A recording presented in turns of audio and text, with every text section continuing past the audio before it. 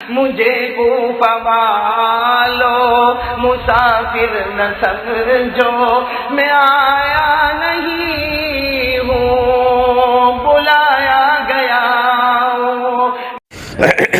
میرے محترم دوستوں اور بزرگوں، ابھی دلہے میاں تشریف نہیں لائے ہیں اور ہمارے بیٹے یاسر بھی نہیں پہنچے ہیں، تو میں نے سوچا کہ ایک بات جو تقریباً 2-3 دن پہلے میں نے پڑھا سنا آپ کو سنا دوں۔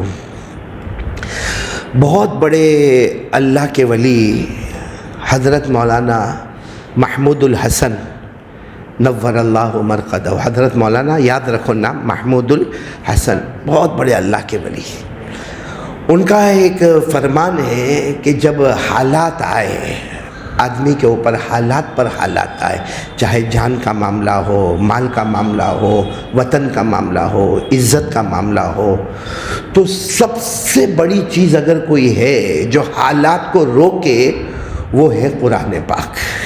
بولے وہ کیا ہے؟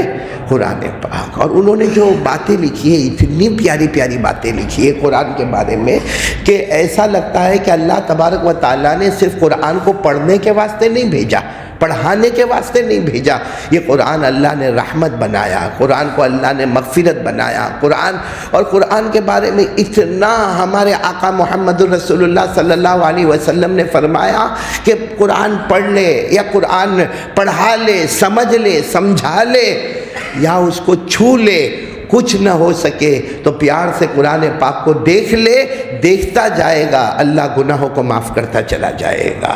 یہ قرآن بہت پیاری کتاب ہے، بہت پیاری کتاب ہے۔ ایک بات آپ کو بتاؤں، کوئی اچھے سے اچھی فلم آ جائے، کوئی اچھے سے اچھی ناول آپ کے ہاتھ میں آ جائے، آپ ایک بار پڑھیں گے، آپ کو بہت اچھی لگی وہ فلم، آپ دوسری بار دیکھیں گے، آپ تیسری بار دیکھیں گے، چوتھی مرتبہ اگر کوئی فلم آپ کے پاس لائے گا آپ کہیں گے نہیں وہ میں 4 مرتبہ دیکھا، ٹھیک ہے بہت اچھی ہے مگر اب طبیعت اکتا رہی ہے۔ کوئی کتاب ہو آپ کو بہت اچھی لگی وہ کتاب، آپ نے 1 بار 2 بار 3 بار 10 بار پڑھا، پھر 11ویں مرتبہ اگر وہ کوئی کتاب آپ کو دے گا آپ منع کر دو گے کہ نہیں بھائی اب بہت پڑھا، سب سمجھ گیا۔ لیکن میرے پیارو، قرآن اللہ کی قسم ایسا کلام ہے جس سے پڑھنے والا کبھی اکتاتا ہی نہیں ہے۔ قرآن ایسا کلام ہے جس سے پڑھنے والا کبھی اکتاتا ہی نہیں۔ آپ صرف اتنا سوچو، ہماری مسجدوں کے امام سورہ فاتحہ کتنی مرتبہ پڑھتے ہیں؟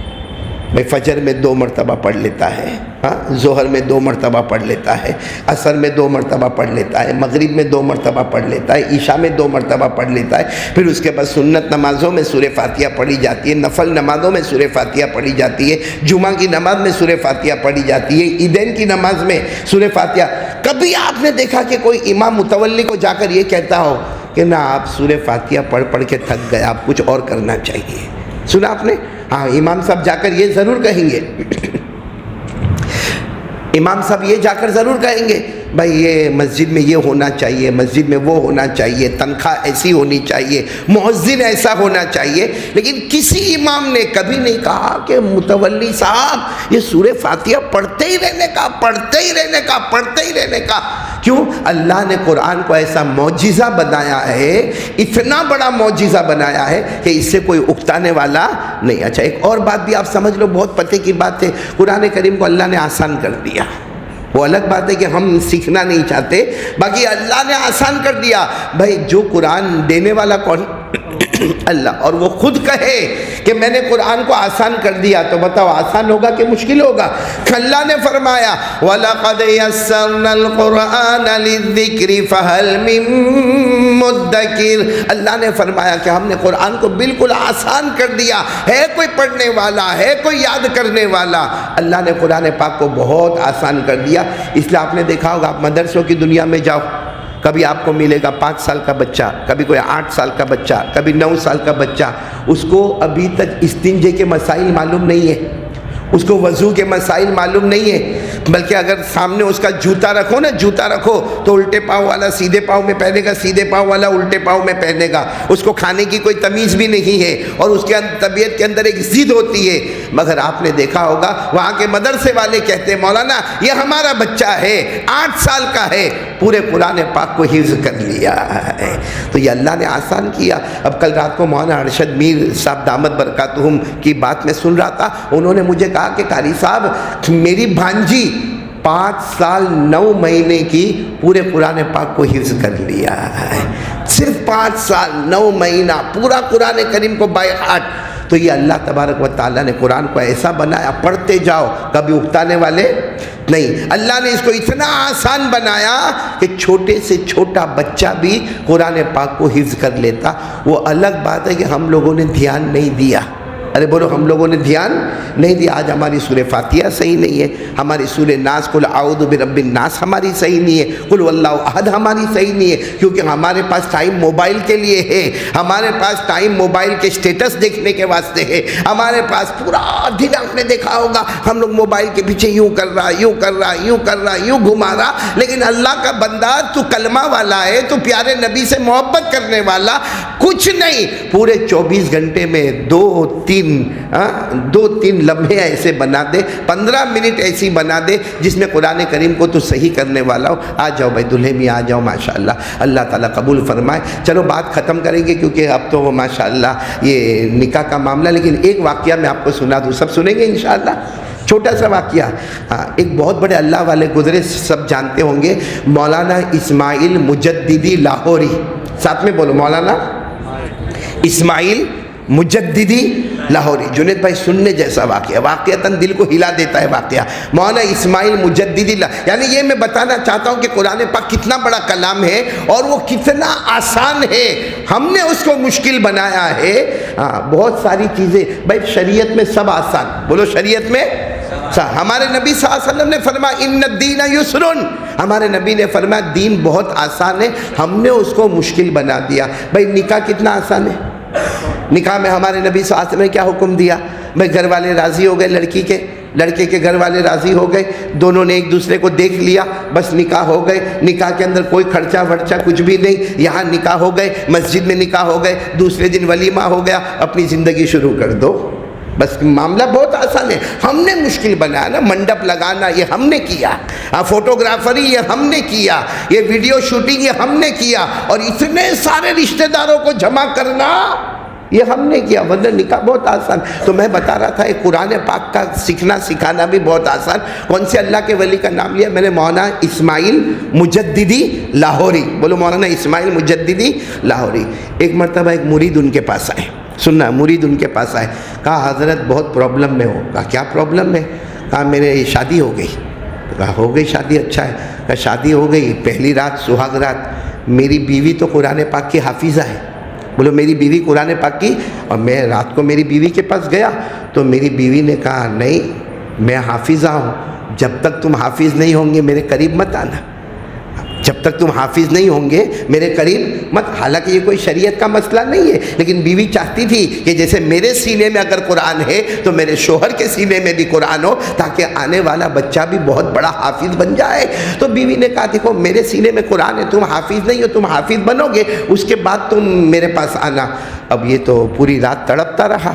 اس کے بعد میں پھر یہ اپنے شیخ کے پاس گیا. شیخ وہی حضرت مولانا اسماعیل مجددی لاہوری. کہا حضرت ایسا معاملہ ہو گیا.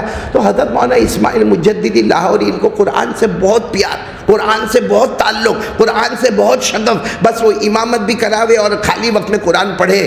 تو حضرت مولانا اسماعیل نے کہا تم ایک کام کرو 6 مہینے کی مدت مانگ لو، میری خانقاہ میں رہو، میں تم کو حافظ بنا دوں گا. کتنے مہینے میں؟ 6. انہوں نے کہا 6 مہینے کی بات کر رہے ہو یا تو 6 گھنٹہ مشکل ہے. تم 6 مہینے کی بات کر رہے ہو، 6 گھنٹہ مشکل ہے. آپ کچھ بتاؤ کہ کیا کرنا. حضرت مولانا اسماعیل بھائی اللہ کے ولی ہوتے ہیں اور ولیوں کی کرامات کا کوئی انکار نہیں کر سکتا. انہوں نے کہا ایک کام کر، تم ایک کام کرو، کل فجر کی نماز میں پڑھاؤں گا، تو میں جب امامت کے مصلی پر رہوں تم میرے رائٹ میں کھڑے ہو جانا، اب یہ تو پوری رات جاگا. کیوں جاگا؟ کیونکہ کہیں فجر کی نماز چھوٹ نہ جاوے اور کہیں ایسا نہ ہو کہ پہلی لائن میری ملے نہیں، پہلی صف مجھے ملے نہیں. اب بڑے اطمینان کے ساتھ جب مولانا اسماعیل صاحب آئے اور یہ پہلی صف میں آ کر کھڑا ہو گیا اور حضرت مولانا اسماعیل مجددی لاہوری نے اللہ اکبر کہہ کے فجر کی نماز شروع کی. جیسے فجر کی نماز ختم ہوئی حضرت مولانا اسماعیل مجددی لاہوری نے اپنے دائیں طرف دیکھا، کتابوں میں لکھا جتنے دائیں طرف تھے سب قرآن پاک کے حافظ بن گئے، سب کے سب قرآن پاک کے حافظ بن گئے۔ یہ اپنی بیوی کے پاس پہنچ گیا اور کہا قرآن پاک کی تو بھی حافظہ ہے، شاید پڑھنے میں غلطی کرو گی، میں بھی قرآن پاک کا حافظ ہوں، میں غلطی نہیں کروں گا اس لیے کہ تو محنت سے حافظہ بنی ہے، میں اللہ والے کی توجہ سے حافظ بن گیا ہوں۔ اس لیے ہمیں اللہ والوں کی بھی قدر کرنا چاہیے، ان کی توجہات کی قدر کرنا چاہیے، ان کی دعائیں لینا چاہیے، ان کی بد دعاؤں سے بچنا چاہیے۔ اللہ ہم سب کی حفاظت فرمائے۔ خیر تو معاملہ تو میں نے قرآن پاک پر کہہ دیا۔ اس وقت سب سے بڑی چیز اگر کوئی ہے تو وہ کیا ہے؟ قرآن۔ ویسے یہاں پہ ماشاءاللہ اب نکاح ہونے والے ہیں، نکاح پر تو بہت مرتبہ باتیں ہوئی، صرف ایک بات میں اکثر کہتا ہوں کہ آپ لوگ سب نکاح میں آئے ہو نا؟ ہاں یا نا؟ میں یہ نہیں بولے گا کیونکہ یہ تھوڑا شرماتا ہے اور اس کو بنایا بھی ایسا ہے کہ بولنے کے لیے اس کو سمجھنا پڑے، سر بھی بھاری، کپڑا بھی بھاری، وزن بھی بھاری۔ آپ لوگوں سے میں پوچھ رہا ہوں بھائی بولو نا، آپ لوگ یہاں کیوں آئے؟ یہ نکاح دعوت ملی تھی؟ ارے ہاں یا نہ ملی؟ آپ لوگ ایسے تھوڑی نالائق ہو کہ بغیر دعوت کے چلے آئیں گے۔ دعوت ملی تھی نا؟ ملی تھی، ملی دعوت ملی۔ کنکوتری آئی تھی؟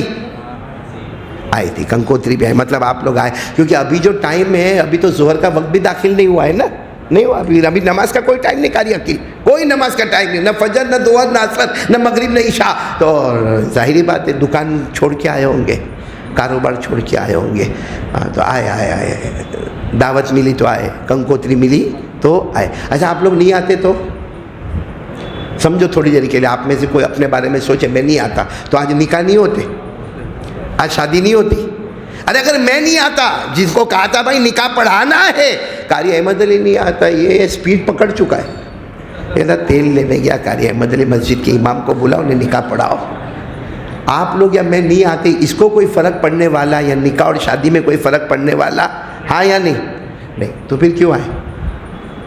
اس لیے آئے کہ رشتہ داری نبھانا ہے، بولو نا، دوستی نبھانا ہے، رشتہ داری نبھانا، اور صحیح میں رشتہ داری نبھانا چاہیے۔ اللہ تبارک و تعالیٰ نے فرمایا والذین یصلون ما امر اللہ بہ ان یوصل، اللہ فرماتے میرے نیک بندوں میں وہ بندہ بھی بہت نیک ہے جو رشتہ داری اور اپنے دوستی کو نبھاتا ہو۔ تو آپ لوگ اسی لیے آئے ہیں رشتہ داری کو نبھانے، کیونکہ آپ کو معلوم ہے کہ اگر آپ نہیں آئیں گے نکاح تو ہو جائیں گے، لیکن کل کوئی ملے گا تو کہے گا یار میرے بیٹے کے نکاح میں نہیں آیا تو، یا میری بیٹی کے نکاح میں نہیں، اپنی اتنی دوستی اپنی رشتہ داری تو نہیں آیا۔ تو وہ سب کو ڈیفینڈ کرنے کے لیے ہم یہاں پر آئے، بولو آئے نا یہاں پر۔ اچھا ایک آخری سوال، آپ لوگ اب ناراض مت ہونا، کتنی کنکوتری ملی؟ ایک ہی ملے گی نا بھائی، ایک شادی تو ایک ہی کنکوتری ملے گی، ٹھیک ہے۔ تو آ گئے، ہم لوگ آ گئے، رشتہ داری نبھانے آئے۔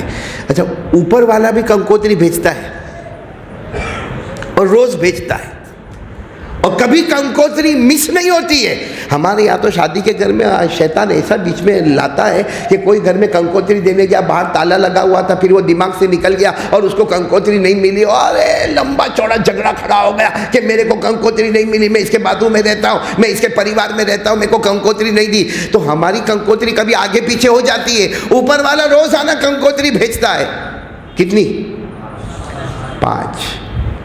اور فجر والی کنکوتری میں تو پھول بھی لگاتا ہے بھائی، فجر والی کنکوتری میں آواز آتی ہے جو کوئی اذان میں آواز نہیں آتی، الصلاۃ خیر من النوم، کوئی اذان میں یہ آواز نہیں آئے گی جو فجر کی کنکوتری میں، فجر کی اذان میں یہ آواز آتی ہے۔ میرے پیارو اب یہاں جتنے بیٹھے، میں کسی کو کچھ نہیں کہتا، صرف اتنا سوچو کتنا پاولی اور بیوقوف ہوگا جس نے اوپر والے کی کنکوتری کو پھاڑ دیا اور زمین والے کی کنکوتری پہ مسجد میں آ گیا۔ یہاں جتنے لوگوں نے آج فجر نہیں پڑھی ہے، سب اپنے بارے میں سوچے کہ میرے سے بڑا پاگل، میرے سے بڑا بیوقوف، میرے سے بڑا نالائق، میرے سے بڑا غدار، میرے سے بڑا دھوکے باز کون ہوگا جو پیدا کرنے والے کھلانے والے کی کنکوتری کو پھاڑ دیا صبح میں، اور یہ 12-20 کو 12:15 کو اللہ کے گھر میں آیا. کیوں آیا؟ کہا وہ شادی کی کنکوتری ملی.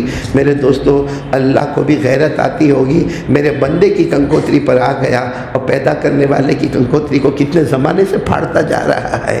اس لیے میرے پیارو، یہ نکاح میں آپ آئے ہو بہت اچھا کیا ہے، رشتہ داری نبھانے آئے ہو، دوستی نبھانے آئے ہو، محبت کے واسطے آئے ہو، لیکن آج ایک سبق حاصل کرو کہ اگر میں دنیا کی کنکوتری پر جاتا ہوں، انشاءاللہ آج سے میں اوپر والے کی کنکوتری پر بھی آ جاؤں گا. سب پڑھیں گے، بولو نماز پڑھیں گے انشاءاللہ. اللہ ہم سب کے بیٹھنے سننے کو قبول فرمائے. آمین یا رب العالمین. وآخر دعوانا ان الحمدللہ رب العالمین. جی بیٹا تھوڑا آگے آ جاؤ بیٹا.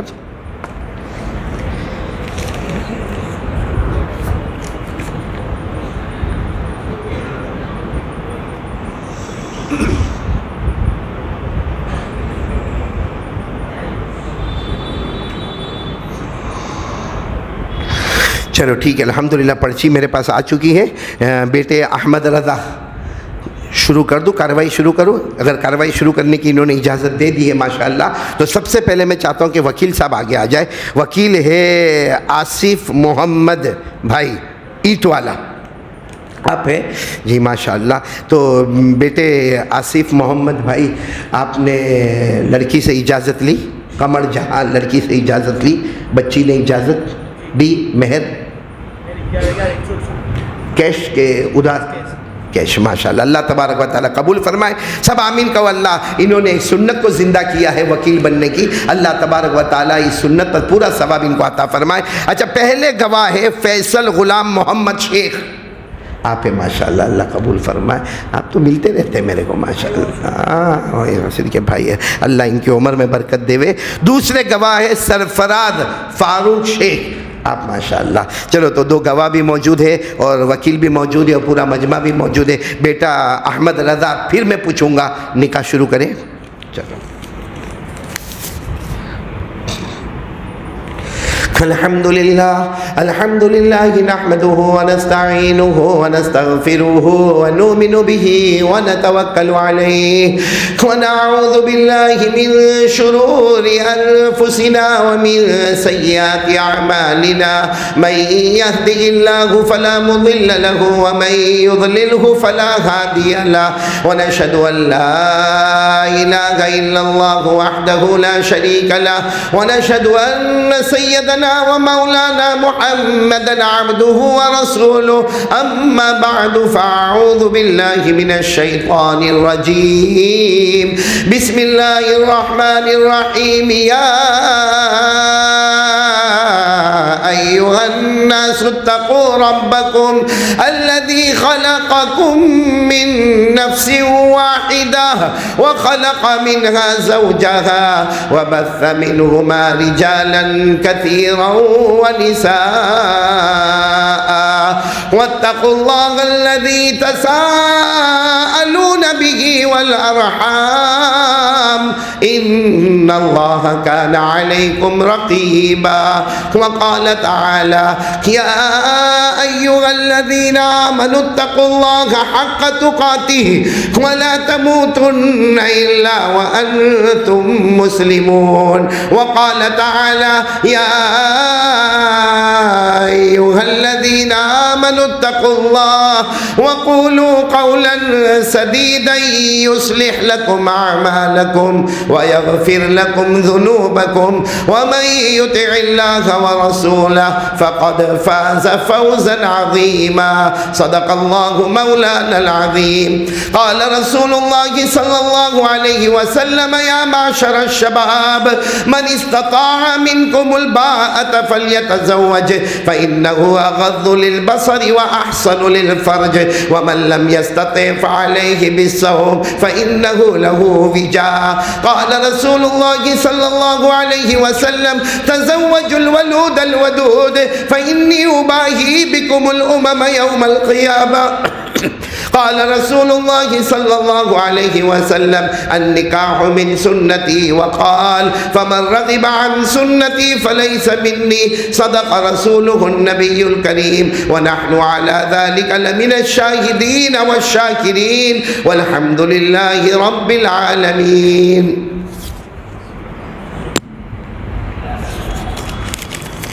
جی پیارے بیٹے شیخ احمد رضا بن یاسر، آپ نے ہمارے وکیل آصف محمد بھائی کی وکالت سے، اور یہ دو گواہ یہاں موجود ہے، فیصل بھائی اور سرفراز بھائی، ان دونوں کی گواہی سے اور یہ پورے مجمع کی گواہی سے، بیٹے احمد رضا آپ نے قمر جہاں بنت محمد یونس کو بعوض مہر 11,111 آپ نے قمر جہاں کو بیوی بنا کر، زوجہ بنا کر، منکوحہ بنا کر اپنے نکاح میں قبول کیا، بیوی بنا کر قمر جہاں کو اپنے نکاح میں قبول کیا؟ جی ہاں، پھر ایک مرتبہ کہہ دو، جی ہاں، اور ایک عربی میں بھی کہہ دو تو ایک سنت ادا ہو جائے، قبلتھا۔ ماشاءاللہ، بارک اللہ لکما وجمع بینکما بالخیر۔ اللہ تعالیٰ بہت برکتیں عطا فرمائے۔ دعاؤں کے لیے ہاتھ اٹھائے۔ الحمدللہ رب العالمین والصلاة والسلام علی سید المرسلین وعلی آلہ واصحابہ اجمعین۔